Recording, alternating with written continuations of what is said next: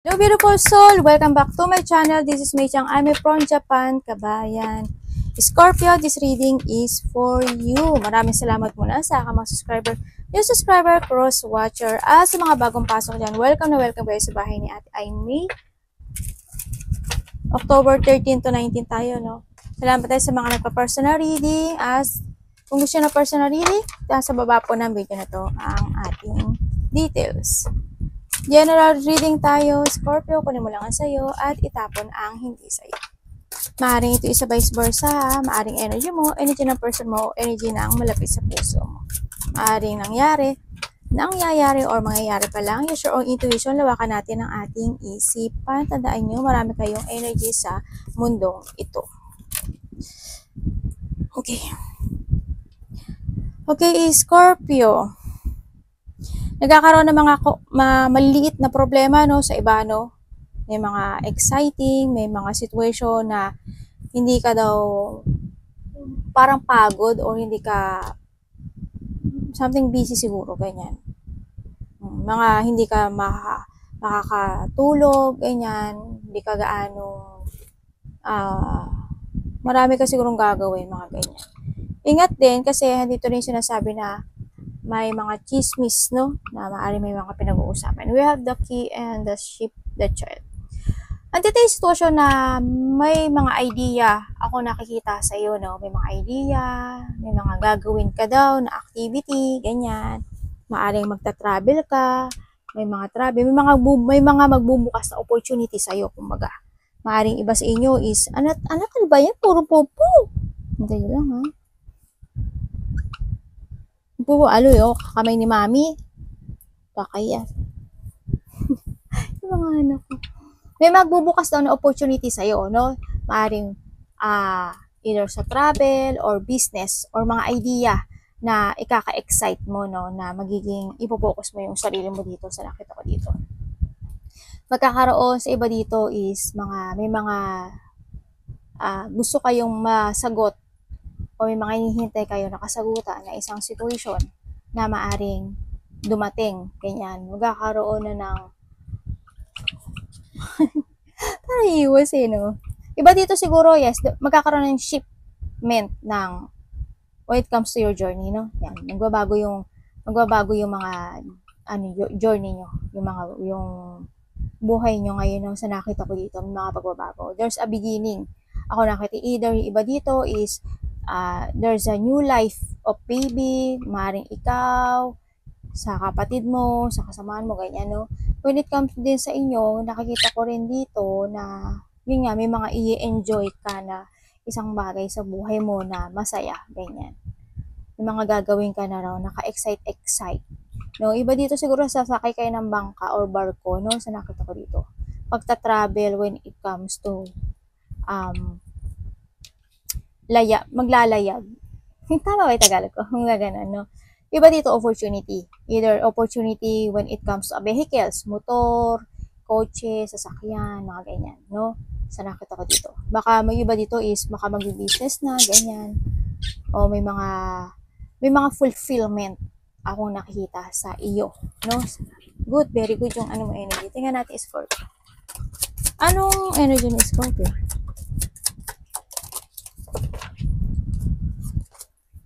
Wow, oo nga, no.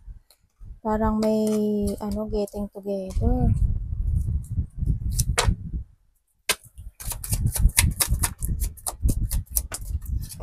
Maganda yung mo, There's a celebration, no, sa nakita ko dito. Maraming opportunity na darating sa'yo. As in, there's a good news, maraming papasok na mga idea sa'yo. May mga sitwasyon na ikakabisi mo, no, sa nakikita ko dito, may mga i-pursue ka daw na isang idea, no? Kasi dito na mag-uumpisa ang iyong beginning sa buhay mo. Sa nakita ko to, this is start, beginning of your journey, yan, there's a new energy, ako nakikita, there's a positive destination or positive path, ako nakita sa inyo, maaring nga there's a travel sa iba, no? Or may tao na parating, ganyan, na makipag-usap sa inyo, may mga good news, may mga fulfillment, and there's an overflow of emotion. Ako nakikita. Yung iba dito is magkakaroon na ng clarity when it comes sa kanilang sarili, no? Sa nakita ko dito. Yan, may meron na daw kayong magko-concentrate na kayo sa isang situation or maaring may inspire kayo. Yan, sa nakita ko rin ito, there's a communication with your loved ones, either a new person sa iba or new friend, ganyan. Sa nakita ko dito, maaring ka-text mo siya or may biglang makikilala mo na isang tao, no? Sa nakita ko to. Maraming celebration, maraming opportunity na darating sa buhay mo. There's a collaboration, maring may kaibigan ka or ka-family malapit sa puso mo na makipag-collaborate sa'yo, no? Sa nakita ko dito. Kasi there's a collaboration ako nakita dito na gagawin nyo, no? And then, maaring may pupuntahan ka rin na mga gathering, birthday, ganyan.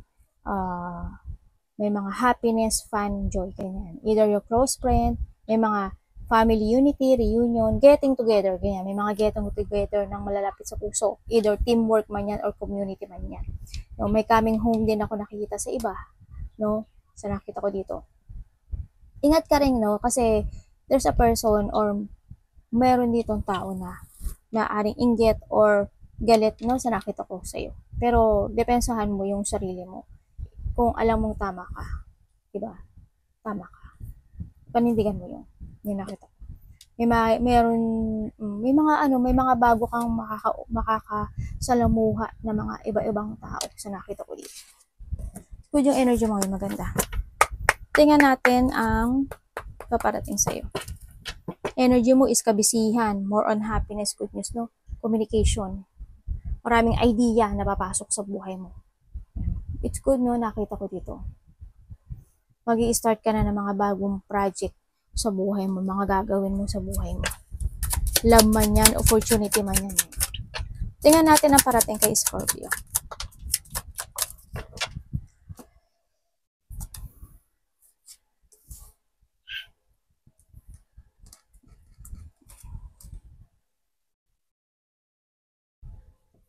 Bakit po?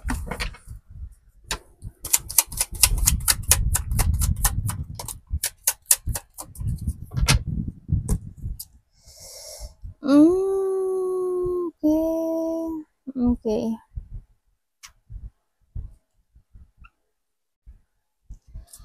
Ang paparating sa'yo, alam mo, meron kang sitwasyon na maaaring makaramdam ka ng lungkot or situation na maaring ito is matagal mo nang nararamdaman. Kasi nakita ko medyo pabago-bago yung isip mo when it comes to your destination, no? Lalo na when it comes to a love sa iba sa inyo, no? Sa iba dito, opportunity na gagawin na pabago-bago isip, ganyan. May mga parating sa inyo is ganun. May lungkot, may sitwasyon na iiwasan mo daw, ganyan. May mga sitwasyon na magbabago-bago isip mo, ganyan. Kumbaga mapanghihinaan ka ng loob sa isang bagay, ganun. Kasi may mga bagay sa buhay mo na lungkot ako nakikita. Maaring nagkaroon ng mga hindi nagpagkakasunduan na isang relationship or family man yan. May mga dreams ka na nag-shattered, no? Sa nakita ko dito. Pero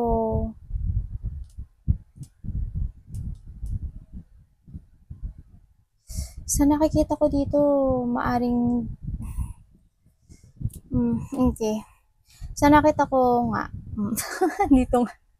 andito yung lungkot mo. Kahit na may isang bagay ka na gusto mong alisin o gusto mong i-withdraw in your life, hindi mo siya kayang bitiwan.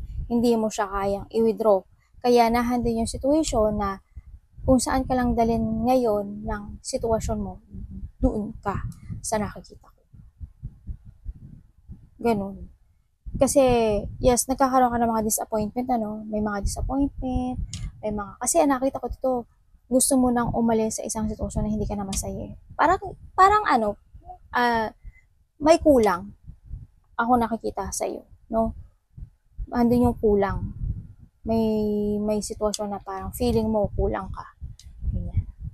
Nagkakaroon kasi ng emotional dito, no? Kasi gusto mo nang makita yung happiness in life. Pero, when it comes dito sa ano mo, situation mo, nagkakaroon ka ng frustration in life. Kasi yung iba dito nagbabago na yung ano eh, yung may mga bagong pananaw na kayo sa buhay nyo. Kaso, hindi nyo gawa agad, no? Sa nakita ko dito. Naari matagal nyo na matagal nyo na itong nararamdaman sa tingin ko iba. Kailangan mong manindigan, di ba? Dito. Tingnan natin ang dapat mong iwasan. Anak, ipupo mo na naman si Mami. Dapat iwasan ni Scorpio.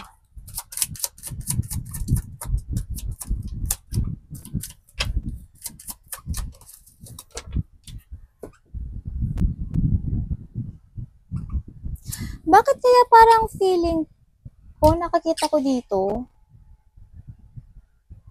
mayroon dito na, kasi ang nakikita ko sa'yo dito, gusto mo ng masayang pamilya. Gusto mo ng masayang pamilya. Gusto mo yung maaring yung iba dito is maaring there's a relationship or na umalis sa buhay mo o kaya meron kang tao na iniiwasan, no, sa nakikita ko dito. Pero ang nakikita ko dito, hindi ka nga makakaalis. Nandun ka sa situation na yon, nai-stuck ka, no. Kakaroon ka ng frustration. Parang na handun yung sitwasyon na maaring mayroon tao sa buhay mo na ang tingin niya lang sa'yo is supporter. Yan ang nakita ko or ganun yung nararamdaman mo, no, sa nakita ko dito. Tingnan natin. Anak, pababa na. Tingnan natin dapat iwasan. Baba, anak. Okay. Bakit reabsorb?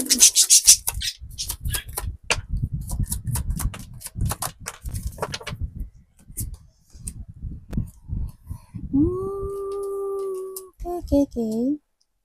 Okay, dapat mo daw iwasan is yung ma-frustrate, ma-disappoint or yung mag-focus sa painful na situation mo. Hanapin mo rin, kumbaga, finish the unfinished, no? Ang nakita ko ito. Kasi nakita ko dito is more on your feeling loss, ganyan, loneliness, ganyan, nakikita ko dito. Andito yung sitwasyon na hindi mo makita yung kasagutan sa buhay mo, no? May mga sitwasyon na gusto mong masagot eh. May mga sitwasyon na maaring there's a person here na hindi, kasi ang nakita ko sa'yo parang kulang ka, di ba? Parang there's something missing in your life. And then now, gusto mo man siyang sigurong i-withdraw, pero hindi mo siya ma-withdraw. Yan ang nakita ko, no? Sa iba. O kaya natatakot ka. Yung sa iba dito, parang na kayong, sa sobrang dami na na-hurt or pain na nararamdaman nyo, sobrang na kayo na-paralyzed doon, no? Ang nakita ko ngayon, wag iwasan mo yung sitwasyon na masyadong nade-depress ka, no, yung maging emotional, no, wag kang mag-focus doon sa pain. It's time to renew yourself, no, sa nakita ko, keep fighting lang sa buhay, and then kailangan mo lang din na mag-continue sa direction to find your goal talaga sa nakikita ko dito, no. Tsaka kailangan mo rin kasi magsalita, no, kailangan mo rin magsalita. Kasi siguro sa nakita ko ito, hindi mo rin kasi na-express yung sarili mo, di ba? Hindi ka rin siguro nag-voice out, kaya ganon. Basta keep fighting, you are the survivor, Scorpio, no? Tuloy-tuloy lang ang laban, no? Kasi isang-isa ka na lang. Makakaraos ka na rin, i-withdraw mo na yung mga dapat i-withdraw sa buhay mo, ganyan. No, nakikita ko dito. Kasi yun nga, it's time na makaramdam ka naman din ng freedom, no? Kasi gusto mo na ng freedom actually. Kaso nagkakaroon ka lang talaga ng there's a deep wound ako nakikita sa iyo. Pahalagahan mo yung sarili mo. Okay, wag mong buhatin yung sobra-sobrang responsibility or bigat na nararamdaman mo. Wag ka doon mag-focus. It's time na talaga na magkaroon ka ng positive destination sa buhay. Diba? Tingnan natin when it comes to love, Scorpio. Tandaan nyo, love is sa lahat, ha?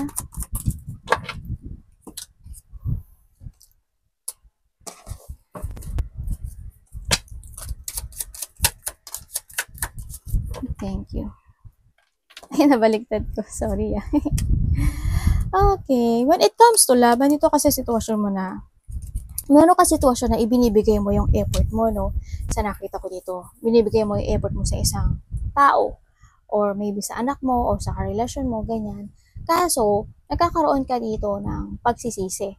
Or nagkakaroon ka ng disappointment sa kanya, no? Sa nakita ko kasi parang wala naman nagbabago. 'Di ba?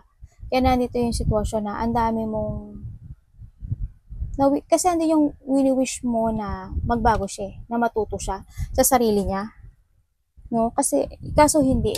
Kaso hindi. Kaya ang nakita ko dito, more on sadness yung nakikita ko talaga sa iyo, no? More on disappointment sa relationship, parang yung expectation mo is napi-fail, ganyan. Yung mga dreams mo is napi-fail. Kaya parang nakikita ko dito yung sad and loneliness mo, no? Siguro this is a time to awake. Kasi nakita ko rin dito na you want to be independent. You know? Maaring itong sitwasyon na din na ito is maaring ini-evaluate mo siya, ganyan. Kailangan mo din sigurong mag-move on, no? Basta ang nakita ko lang dito kasi medyo nalilito ka sa destination mo. Sa nakita ko. Siyempre, hindi yung gusto mo nang lumaya eh. Gusto mo nang maging independent dito sa sitwasyon. Kaso, yun nga, ang nalilito ka lang. Then, siguro, iba sa inyo kasi may anak or hindi mo talaga alam yung tamang destination mo, you need to trust to your intuition para maging tama yung mga decision mo sa buhay, maging patient ka, basta para hindi ka rin magkamali or walang mangyaring bad decisions in life, no? Sa nakita ko dito. Tingnan natin ang advice.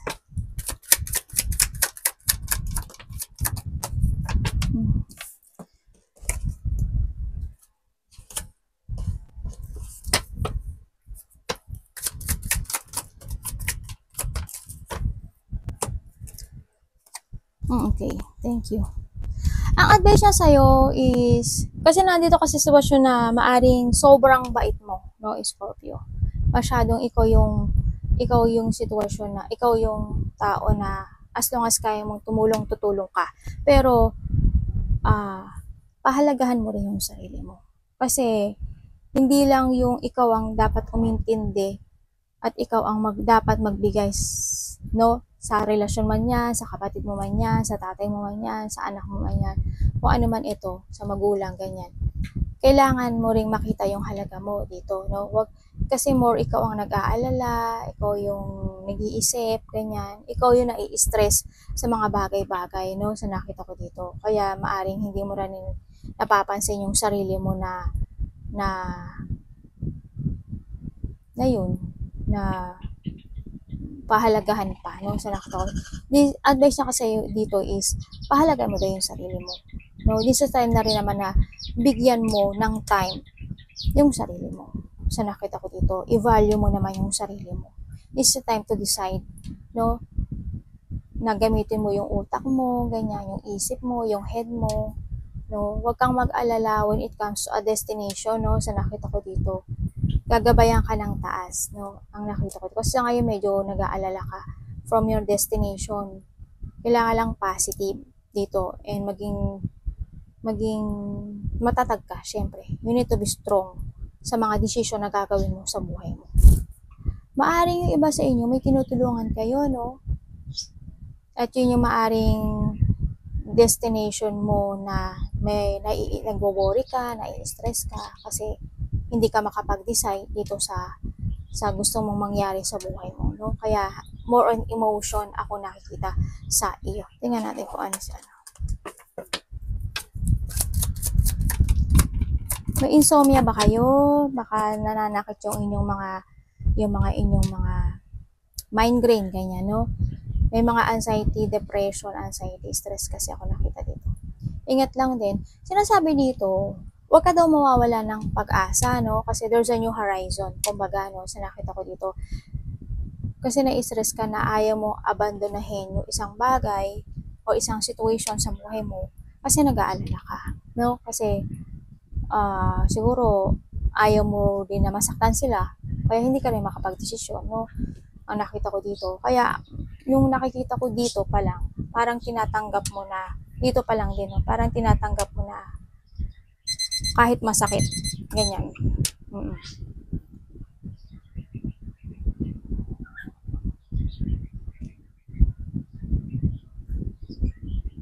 Ibig sabihin, tama if you take it action, sinasabi dito, keep moving lang daw sa to reach your goal, no? Sa nakita ko dito. Kasi ngayon, may mga gusto kang makamtan sa buhay mo, kaso hindi mo makamtam-kamtan, no? Basta mag-keep moving ka lang to reach your goal. Okay.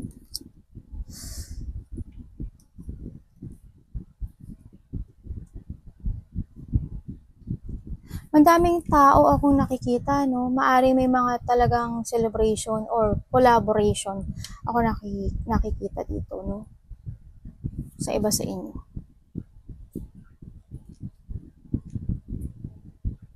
Uy, magkakaroon daw ng happiness, Either sa iba siguro dito is kasalan, bago may pupunta ang kasalan, mga celebration of happiness ng pagwawagi, mga ganyan. May mga magaganap daw sa buhay mo na gano'n, na mga magsasucess, no? Sa nakita ko dito. Either sa'yo or sa family mo, ganyan, sa relationship mo, sa trabaho mo, yan. May mga mangyayaring pagbabago talaga sa iyo. Also, opportunity and shipment ng buhay mo, no? Sa nakita ko dito. Kaya wag kang mag-worry, wag kang mawawala ng pag-asa, no? Sa nakita ko dito. Kasi nakita ko na babalik muli yung sigla mo, no? Sa nakita ko. Ingat kayo, may masakit ang likod, no? Sa nakita ko. Either meron ding namatay sa in the past, no? Nakita ko may nawalang buhay or someone abandoned you, no? Sa nakita ko. O ikaw ang nag-abandon. Sa nakita ko dito. Yan, no? May mga nagkakaroon ka ng choices in life. Meron ba kayong travel? Arigatou naman sa God.